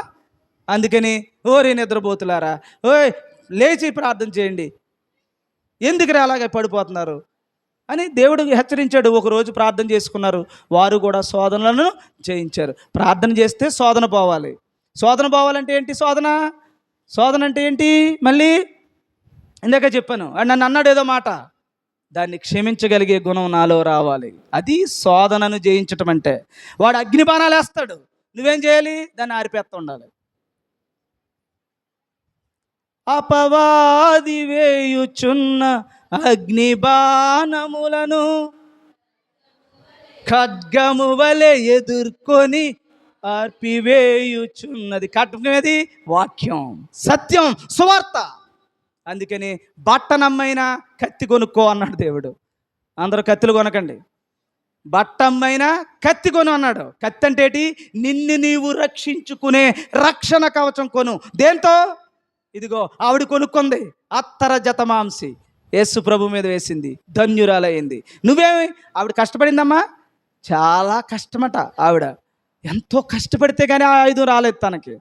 శబాష్ అన్నాడు. వీళ్ళందరూ మీరే నా దగ్గర ఉన్నారు కానీ మీరే వేస్ట్ అన్నాడు అక్కడ. చివరికి వాళ్ళు కూడా ఏమయ్యారు? చివరికి వాళ్ళు ధన్యులయ్యారు. ఒకరోజు తలలు తెగిపోయినా సరే సువార్తను ఆపలేదు. సరేనా? దేవుడు మిమ్మల్ని అందరినీ దీవించునుగాక. ప్రార్థించుకుందాం. చిన్న ప్రార్థన. ప్రేమ కలిగిన తండ్రి పరిశుద్ధుడా, మీ ఘనమైన నామమునకు స్తోత్రములు ప్రభు. నా గొప్ప ఏమి వద్దు నాయన, నేను చాలా పురుగు లాంటి వాడిని, అజ్ఞానిని, జ్ఞానము లేని వాడిని, కనీసం నాయన నీ దగ్గర నిలబడ్డానికి కూడా అర్హత లేనటువంటి వాడిని ప్రభువా. అయినా నువ్వు నన్ను ప్రేమించావు, నీ జ్ఞానాన్ని ఇచ్చావు, నీ బుద్ధిని ఇచ్చావు, నీ యొక్క భారాన్ని ఇచ్చావు, నీ రాజ్య భారాన్ని ఇచ్చావు తండ్రి. నాయన సంఘాన్ని నడిపించుటలో స్వార్థం లేకుండా ముందుకు వెళ్తున్నాను. మీరే ప్రభువు నాకు ఆధారం, నీవే ప్రభువా నా కేడెము, నీవే ప్రభువా నా రక్షణ, నీవే ప్రభువా నా దుర్గము, నా కోట, నా బలమైన నా కోట. నాకు ఎవ్వరు మనుషులను నమ్ముకోవట్లేదు తండ్రి, నిన్ను నమ్ముకుంటున్నాను. నాకు ఏ చెల్లైనా, ఏ అక్కైనా, ఏ తమ్ముడైనా అందరినీ ఒకేలా చూడగలిగే మనస్సు నాకు ఇవ్వండి. ఎప్పుడూ పొరపాటు చేయకుండా, ఎప్పుడూ కోప్పడకుండా ప్రభు, ఎప్పుడు వారిని నాయన శాపగ్రస్తులుగా మార్చకుండా, నాయన నా నోటంటూ వచ్చే శాపం ఏ వ్యక్తికి శాపంగా మారిపోకుండా, వాడు పరలోక జీవితం నాశనం అయిపోకుండా నా నోరు నాయన తండ్రి మౌనంగా ఉండడానికి కృప చూపించండి. ఎంత వేదన వచ్చినా, ఎంత కష్టం వచ్చినా వారి గురించి ప్రార్థన చేయగలిగే మనసును దయచేయండి ప్రభు. ఆ బిడ్డలందరినీ దీవించండి, కాపాడండి. నిజమైన సువార్త ప్రతి సంఘంలో జరిగించండి. అన్ని సంఘాలు బాగుండాలి. అన్ని సంఘాలలో నిజమైన సువార్తను ప్రకటింపచేయండి. కానీ ఆ సంఘములో ఉన్న బిడ్డలు వారు మాత్రమే కనే బిడ్డలై ఉండాలి ప్రభువా. వారు మాత్రమే కనాలి నాయన. త్రాగుబోతులు ఉన్నారు, తిరుగుబోతులు ఉన్నారు, ప్రార్థనకి రాని వాళ్ళు ఉన్నారు. వారిని కనుక్కునేటువంటి కష్టపడితే అనేకమైన పెద్ద సంఘాలు అవుతాయి ప్రభువా. ఆల్రెడీ కనుక్కున్న వాళ్ళని లాక్కెళ్ళిపోతే అది సంఘం కాదు తండ్రి నాయన. కపటం, ఆ కపటం నాయన ఏ సంఘంలో లేకుండా ప్రభు తండ్రి. ఎంతోమంది నాన్నగారి దగ్గర నుంచి తండ్రి కపటంతో పనిచేసిన వాళ్ళు ఉన్నారు ప్రభు. ఈ రోజున వారి బ్రతుకులు చూస్తున్నాం, వారి జీవితాలు చూస్తున్నాం నాయన తండ్రి. నీలో నాయన, నీలో ఉన్నవాడు వాడు వేరు నాయన. నీలో ఉన్నవాడు వేరు ప్రభు. నీకు విరుద్ధంగా ప్రవర్తించేవాడు వేరు. వారు నాయన ఎండిన నేలన నాటబడిన చెట్ల వలె ఉంటారు తండ్రి. వారి జీవితాలు ఏం బాగోవు నాయన. చేసిన పనికి శిక్ష అనుభవించాల్సిందే ప్రభు. ఈ లోకములో ఎటువంటి శిక్ష ఎవరి మీదకి రాకుండా వారిని కాపాడమని వేడుకుంటున్నాను తండ్రి. అందరికీ రక్షణ దయచేయండి. ప్రతి సంఘం అభివృద్ధి చెందాలి, ప్రతి సంఘం సత్యమును చెప్పాలి, ప్రతి సంఘము సువార్తను మాత్రమే ప్రకటించాలి. మనుషులను ప్రలోభ పెట్టే, మనుషులకు చల్లని మాటలు చెప్పే మాటలు కాకుండా రక్షించటానికి, సుత్తిలా అగ్నిలా ఒక వ్యక్తిని మార్చటానికి ప్రభు తండ్రి ఉలితో చెక్కేలా ప్రభు బిడ్డలను సిద్ధపాటు చేయడానికి అట్టి సంఘాలుగా ఈ గ్రామంలో నా భారాన్ని చాలామంది పంచుకున్నారు నాయన. ఎంతోమంది ఉన్నారు, 5-6 సంఘాలు ఉన్నాయి. నేను ఒక్కడినైతే మొయ్యలేకపోదునేమో. ఇంతమంది వచ్చారు. ఇంతమంది వచ్చి సత్యముని చెప్తే వారందరూ కూడా ఈ గ్రామాన్ని రక్షించుకుంటే, గ్రామంలో రక్షణ దయచేస్తే చాలు నాయన. వారందరూ దీవించబడాలి, రక్షింపబడాలి. ఏ వ్యక్తి కూడా నా మీద ఏమనుకున్నా, నన్ను ఎంత ఎగతాళి చేసినా, నన్ను నవ్వులు పాలు చేసినా, నువ్వున్నావు తండ్రి. నా వైపున వాయిద్యం నాయన, నా వైపున యుద్ధం చేసేవాడు నీవే. నా వైపున నోరు నాయన, నా నోరు మూసుకున్నాను, నీ నోరు తెరుస్తావు తండ్రి, నీ నోరు తెరుస్తావు ప్రభువా. వారందరినీ నేను విజ్ఞాపన చేస్తున్నాను తండ్రి. వారందరికీ నాయన మంచి చేయండి నాయన. ఎవరి మీద శిక్ష లేకుండా, ఎవరి మీద పాప భారం లేకుండా ప్రతి పవిత్రమైన మనస్సులు నీ ఆత్మను ప్రభు అందరికీ దయచేయమని యేసు ప్రభు వారి శ్రేష్టమైన పరిశుద్ధమైన నామంలో ప్రార్థిస్తూ వేడుకొనుచున్నాము పరమ తండ్రి. ఆమేన్, ఆమేన్. అందరికీ వందనాలండి. దేవుడి